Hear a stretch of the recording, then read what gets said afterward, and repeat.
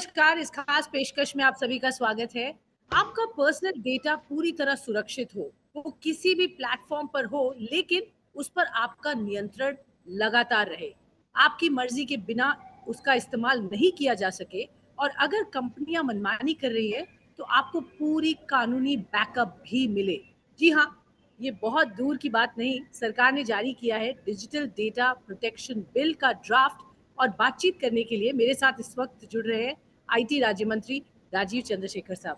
बहुत बहुत स्वागत है sir, welcome on the show. Thank you very much, आपने हमें समय दिया।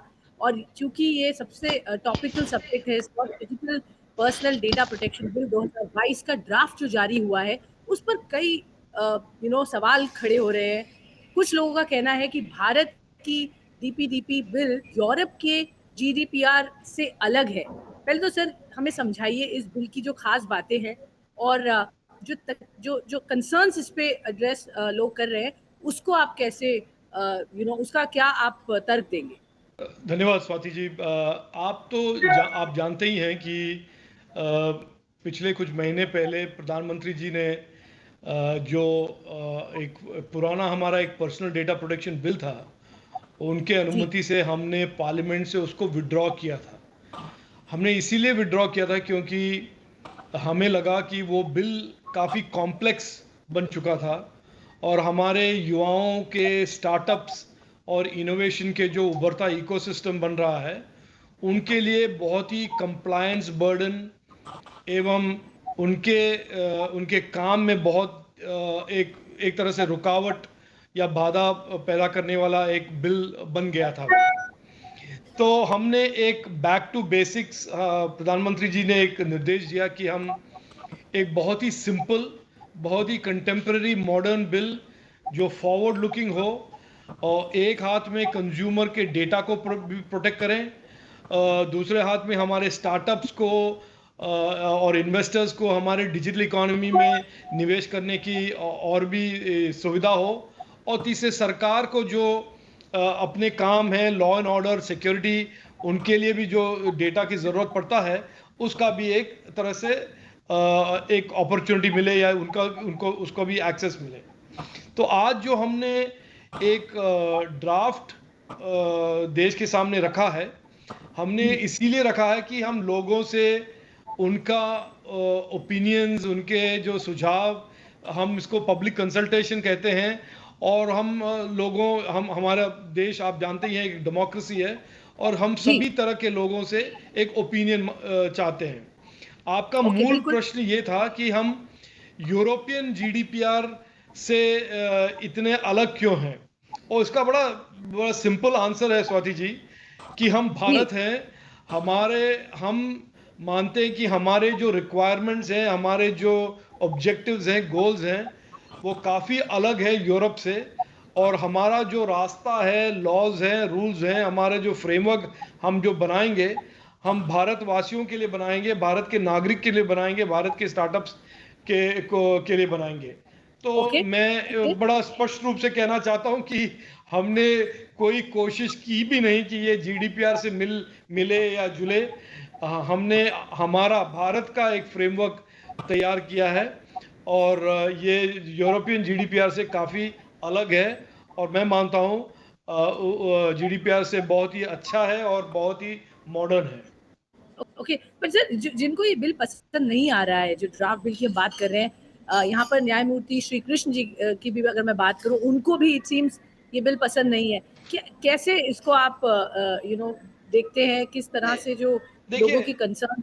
जी देखिए मैं न्यायमूर्ति श्री कृष्णा जी के कमेंट्स में कुछ ज़्यादा टिप्पणी करूंगा नहीं। हमने अपना विचार, हम हमारे ऑब्जेक्टिव्स बड़े स्पष्ट रूप से आगे रखा है। मैं तो मानता हूं कि हमारा जो अप्रोच है बहुत मॉडर्न है, फॉरवर्ड लुकिंग है, कंटेम्प्रेरी है, इवॉल्वेबल है, क्योंकि हम इस स्पेस के बारे में हम थोड़ा बहुत कुछ जानते हैं इसके बारे में। और आपको मालूम ही है कि मैंने ही as an individual exactly. Privacy का पिटिशन में मैं पिटिशनर भी था, तो मेरा भी इसमें कुछ नॉलेज भी है। मैं कुछ जस्टिस श्री कृष्णा के टिप्पणी के बारे में ज़्यादा कमेंट नहीं करूँगा, एक्सेप्ट टू से कि ही, आई रेस्पेक्टफुली से ही इज़ वेरी रॉन्ग, बहुत ही गलत है काफ़ी सारे इश्यूज पे।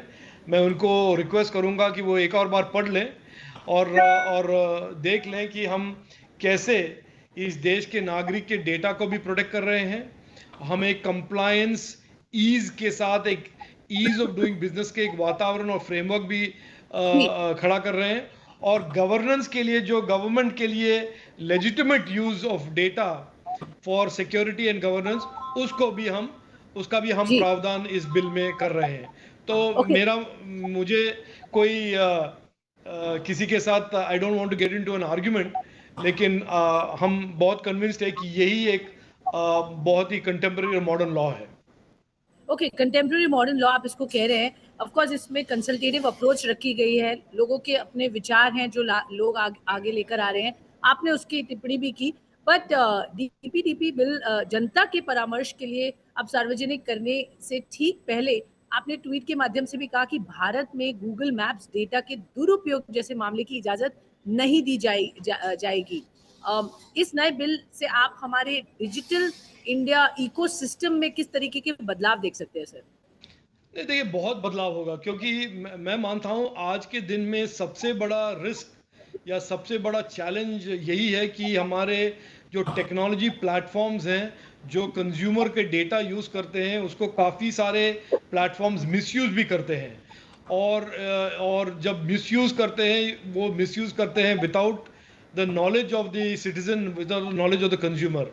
मैं आपको एक तरह से स्पष्ट रूप से कह दूं कि इस बिल के बाद नागरिक का जो उनका जो राइट होगा और जो डिजिटल प्लेटफॉर्म्स के ऑब्लिगेशंस होंगे, इसमें बहुत स्पष्टता आ जाएगा। और ये जो एक एक तरह से एक 5 6 साल 8 10 साल से एक चला है मिसयूज का, डेटा का मिसयूज, कंज्यूमर्स के डेटा के मिसयूज, उसका जो एक बहुत सालों से एक प्रक्रिया चला था, बिग टेक प्लेटफॉर्म्स ने काफी एक्सप्लॉइट भी किया है उसको, हम उस मिसयूज को हम एकदम बंद करेंगे।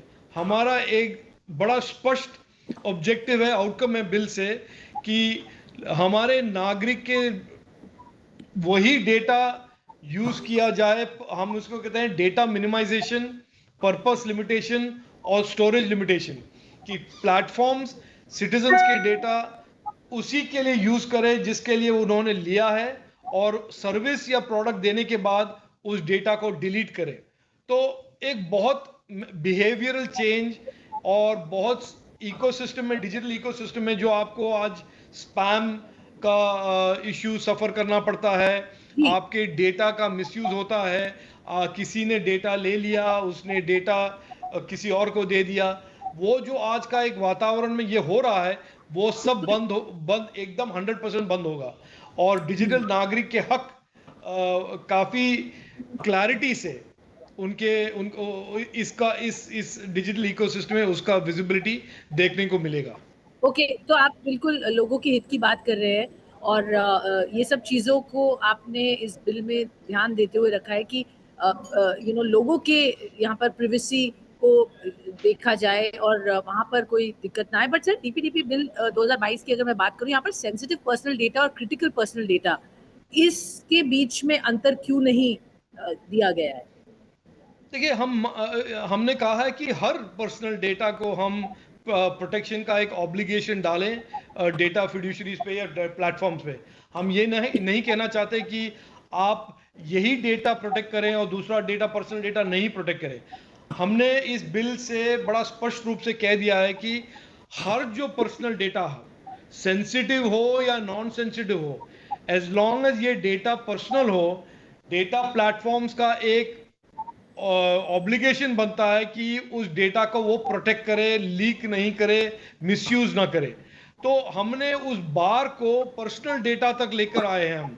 तो हमने उसमें डिफरेंशिएटिंग करने की कोई ज़रूरत हमने महसूस किया नहीं है, और करना भी नहीं चाहते, क्योंकि हम मानते हैं कि पर्सनल हो या क्रिटिकल हो या सेंसिटिव हो, हर पर्सनल डेटा जो डिजिटल नागरिक का पर्सनल डेटा होता है, डिजिटल प्लेटफॉर्म्स का उनका एक ऑब्लिगेशन बनता है, उनका एक तरह से रिस्पॉन्सिबिलिटी बनता है कि वो डेटा को प्रोटेक्ट करें।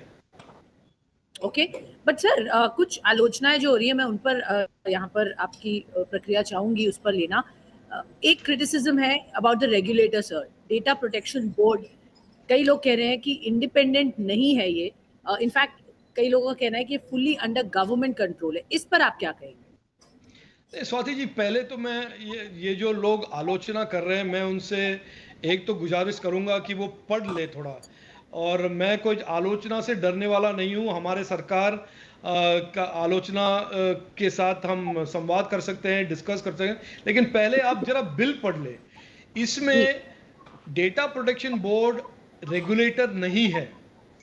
डेटा प्रोटेक्शन बोर्ड का इस बिल में बड़ा नैरो सा रोल है, और वो रोल है कि अगर डेटा का ब्रीच होता है या डेटा फिड्यूशरी डेटा प्रिंसिपल यानी कि नागरिक के हकों का उल्लंघन करता है, डेटा प्रोटेक्शन बोर्ड का काम है, कर्तव्य है, जो मैंडेट है कि उसका उस डिस्प्यूट का एजुडिकेशन करे।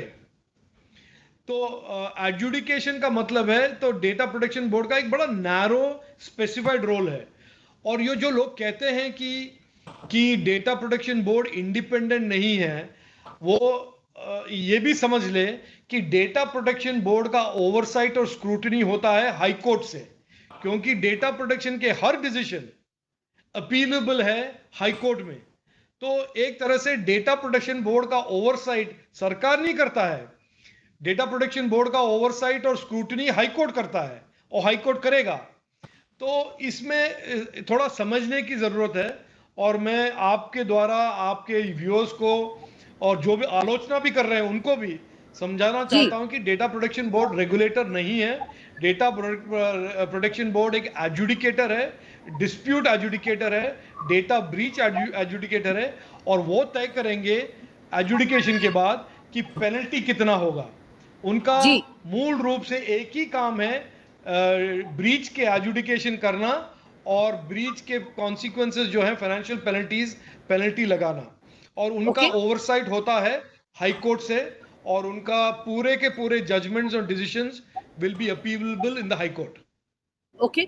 सर सर इसी से जुड़ा हुआ क्रिटिसिज्म और जो आता है, और मैं उस पर भी आपको कमेंट चाहूंगी कि गवर्नमेंट ने खुद को ही ओवरराइडिंग पावर्स दिए हैं इस बिल में, और गवर्नमेंट कुछ भी कर सकता है at any given time under the sections of this bill. इस पर भी लोगों को तकलीफ है सर, तो इसको कैसे आप देखते हैं? ये भी आलोचना उचित नहीं है, और लोग जो कह रहे हैं उन्होंने पढ़ा नहीं है। इसमें गवर्नमेंट कुछ भी कर सकता है का कोई प्रावधान है ही नहीं इस बिल में। आप जानते ही हैं कि डेटा प्रोटेक्शन एक फंडामेंटल राइट है, वो एब्सोल्यूट राइट नहीं है। और कोई भी फंडामेंटल राइट को रीजनेबल रेस्ट्रिक्शंस होते हैं, और इसमें रीजनेबल रेस्ट्रिक्शंस कार्व आउट किए गए हैं कि law and order, pandemic, natural disaster के टाइम में अगर सरकार को पर्सनल डेटा का यूज करना पड़ेगा, उनको उस टाइम में एग्जेम्प्ट होगा इस बिल से। तो उस रेस्ट्रिक्शन को एम्पलीफाई करके कहना कि सरकार कुछ भी कर सकता है, इन माय रेस्पेक्टफुल ओपिनियन बहुत ही गलत है। और या तो आपने पढ़ा नहीं है जो कह रहे हैं, तो पढ़े और समझे, और या पढ़े हैं तो समझे नहीं है तो समझे, हम समझने की प्रयास करेंगे। या आप मोटिवेटेड हैं कि कुछ भी बोले तो मैं आपके लिए कुछ हेल्प कर नहीं पाऊंगा। लेकिन these are very reasonable carve outs for the government, और मुझे नहीं लगता इसमें कोई किसी को परेशानी आनी चाहिए। ओके, तो ये दो इम्पोर्टेंट बातों पर आपने जो अपना कमेंट दिया वो इम्पोर्टेंट है, क्योंकि इस तरह की बातें अभी चल रही हैं जहां लोग इसको क्वेश्चन कर रहे थे, तो मेरा आपसे पूछना ज़रूरी था सर। हम चूंकि बात कर रहे हैं, और मैं आपसे जानना चाहूँगी ब्रॉडबैंड कनेक्टिविटी ये बहुत तेज़ी से बढ़ रही है। भारत नेट जो हमारा बड़ा प्रोग्राम है, उसमें फाइबर ऑप्टिक्स की जो नेटवर्क क्रिएट कर रही है सरकार, किस तरीके के सर काम देख रहे हैं, कैसी स्पीड है, क्या हम उम्मीद करें इसमें और तेज़ी आएगी? देखिए, वो प्रोजेक्ट तो मूल रूप से डिपार्टमेंट ऑफ टेलीकम्युनिकेशन का प्रोजेक्ट है, लेकिन क्योंकि हम मेटी हैं और हमें इंटरनेट के बारे में एक एक तरह से रिस्पॉन्सिबिलिटी दिया गया है सरकार में, हम ट्रैक करते हैं कि ब्रॉडबैंड रोल आउट कैसे जा रहा है, 5G रोल आउट कैसे जा रहा है। और मेरे हिसाब से ब्रॉडबैंड का जो भारत नेट का कनेक्टिविटी रोल आउट है, मैं मानता हूं बाय 25-26 तक जो हमारे देश में आज के दिन 80 करोड़ इंटरनेट यूजर्स हैं, मुझे काफ़ी कॉन्फिडेंस है और यकीन है कि 25-26 तक ये 80 करोड़ के यूजर्स बनेंगे 120 करोड़ यूजर्स, इंटरनेट के यूजर्स, और हम बनेंगे दुनिया के सबसे लार्जेस्ट कनेक्टेड नेशन। हम है ही दुनिया के सबसे लार्जेस्ट कनेक्टेड डेमोक्रेसी, लेकिन 25-26 तक जब भारत नेट का जो कंप्लीशन हो जाएगा और हर जिले गांव के घर में हम इंटरनेट पहुंचाएंगे, तो 120 करोड़ भारतवासी इंटरनेट से जुड़ेंगे और देश बनेगा सबसे largest connected nation in the world. बिल्कुल सर, उम्मीद यही है और इसी डायरेक्शन में सरकार भी काम कर रही है। आई थिंक इंडस्ट्री भी गियर्ड अप है। लेकिन मैं आपसे ये जानना चाहूंगी, जिस तरह से पीएलआई स्कीम रोल आउट हुई है, और अब कौन सी स्कीम सर आप निकालेंगे? आपने लास्ट टाइम जब हम बात कर रहे थे, आपने कहा था डेप्थ भी बढ़ानी है और इसकी एक्सपेंशन भी करना है, तो वहां पर क्या अपडेट्स है? देखिए, मैं आपको बताऊं कि हम काम जो कर रहे हैं, प्रधानमंत्री के एक तरह से एक विजन, एक गोल, एक ऑब्जेक्टिव है, $1 ट्रिलियन डिजिटल इकोनॉमी। उन्होंने एक फ्रेज भी क्रिएट किया है कि इंडिया का टेकेड, जहां पर ज़्यादा से ज़्यादा एक अवसर हमारे युवाओं को हो, क्रिएटिविटी, स्टार्टअप्स, एंटरप्रेन्योरशिप में जुड़ने के लिए। तो मैं मानता हूं कि आने वाले सालों में और आने वाले महीनों में आप देखेंगे काफ़ी सारे ऐसे पॉलिसीज एक्शंस होंगे। जैसे मैं आपके साथ शेयर करूं, बहुत ही जल्द हम एक नेशनल क्लाउड और डेटा सेंटर पॉलिसी बनाएंगे, जहां जैसे भारत एक तरह से एक प्रिफर्ड डेस्टिनेशन बनेगा for cloud hosting on data centres. तो ऐसे काफी सारे हमारे इनिशिएटिव्स होंगे। आपने सेमीकंडक्टर पॉलिसी देखा ही है, और सेमीकंडक्टर में हम फ्यूचर डिजाइन आज ही हमारा एक multi year talent Semicon India future skills का एक रिपोर्ट तैयार हुआ है इंडस्ट्री और एकेडमिक्स के बीच में। और जल्द से जल्द हम देखेंगे कि अगले एकेडमिक ईयर से पहले एक नया curriculum for semiconductor engineers, semiconductor architects and designers, उसके लिए भी हम लॉन्च करेंगे। तो काफी सारे हमारे पाइपलाइन में इनिशिएटिव्स हैं, लेकिन मूल रूप से हमारा विजन, हमारा गोल यह है, प्राइम मिनिस्टर मोदी जी का $1 ट्रिलियन डिजिटल इकोनॉमी तक जल्द से जल्द पहुंचना, और मेरे हिसाब से वो 25-26 तक हम पहुंच पाएंगे। ओके, तो ये टारगेट लेके चल रहे हैं और उस डायरेक्शन में काम हो रहा है। क्विकली सर, आखिरी 2 सवाल पूछूंगी। एक आपसे, रिसेंटली लिस्टेड आईपीओज और यूनिकॉर्न की जब हमने लास्ट टाइम आपसे बात की थी, तब भी आपने इस पे चर्चा किया था। बहुत अच्छी बात है कि भारत के इतने यूनिकॉर्न्स आईटी स्पेस में स्पेशली हम देख रहे हैं। किस तरीके का आप आगे फोकस देखते हैं उस पर? डिजिटल इकोसिस्टम कैसे चेंज होगा इन द कंट्री, और क्या उम्मीद रख रहे हैं आप इन यूनिकॉर्न से एंड ये जो लिस्टेड आईपीओज हैं इंडियन स्टार्टअप्स? नहीं, देखिए, हम काफ़ी इवॉल्व कर चुके हैं। पहले हम प्राइवेट इक्विटी और फॉरेन इक्विटीज पर डिपेंड करते थे। अभी सोर्सेज ऑफ कैपिटल काफ़ी डाइवर्सिफाई हो गए हैं। इंडियन कैपिटल, वो बोथ पब्लिक मार्केट्स और प्राइवेट इक्विटी भी हम यहाँ पर देख रहे हैं, सपोर्टिंग यूनिकॉर्न्स। बहुत जल्द गवर्नमेंट ऑफ इंडिया एक डिजिटल इंडिया इनोवेशन फंड भी अनाउंस करेगा, जहाँ पर हम पूल्स ऑफ कैपिटल अट्रैक्ट करेंगे, बाहर से भी और भारत से भी, ताकि हमारे स्टार्टअप्स को सपोर्ट मिले और ज़्यादा से ज़्यादा सपोर्ट मिले।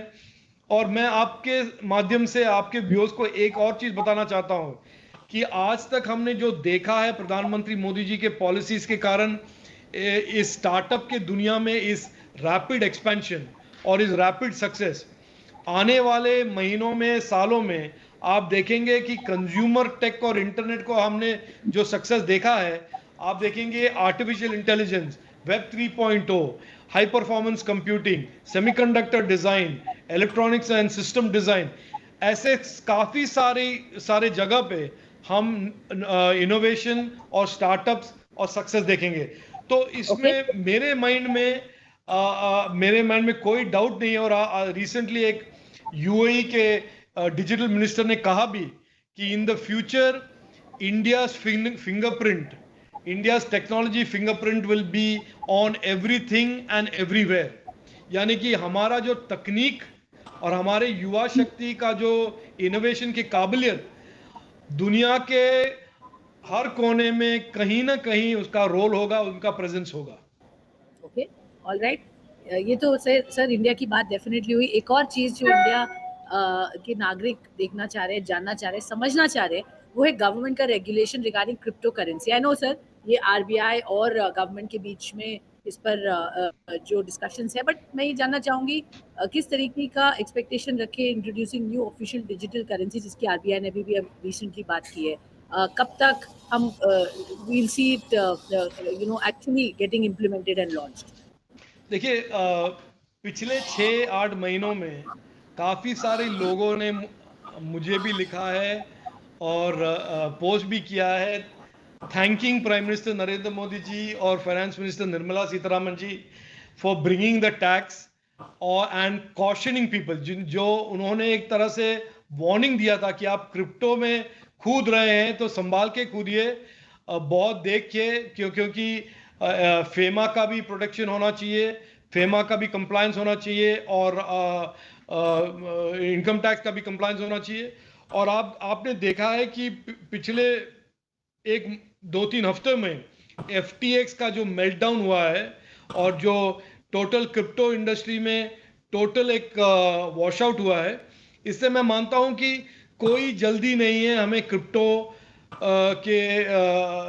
में कोई बदलता रेगुलेशन लाए या हम उसको ज़्यादा इजी बनाएं। एक CBDC जरूर निकलेगा, डिजिटल रुपी, वो आरबीआई ने और हमने फाइनेंस मिनिस्टर ने बजट में भी कही थी कि वो digital rupee RBI will launch, और आरबीआई ने उसके बारे में तैयारी शुरू किया है। और मैं मानता हूं कि हम अगर डिजिटल फिनटेक को आगे बढ़ाना चाहते हैं, द नेक्स्ट लॉजिकल स्टेप हमारे डिजिटल इकोनॉमी में और हमारी इकोनॉमी में will be the digital rupee, the RBI back digital rupee. Okay, RBI back digital currency, ये हमारा फोकस होगा।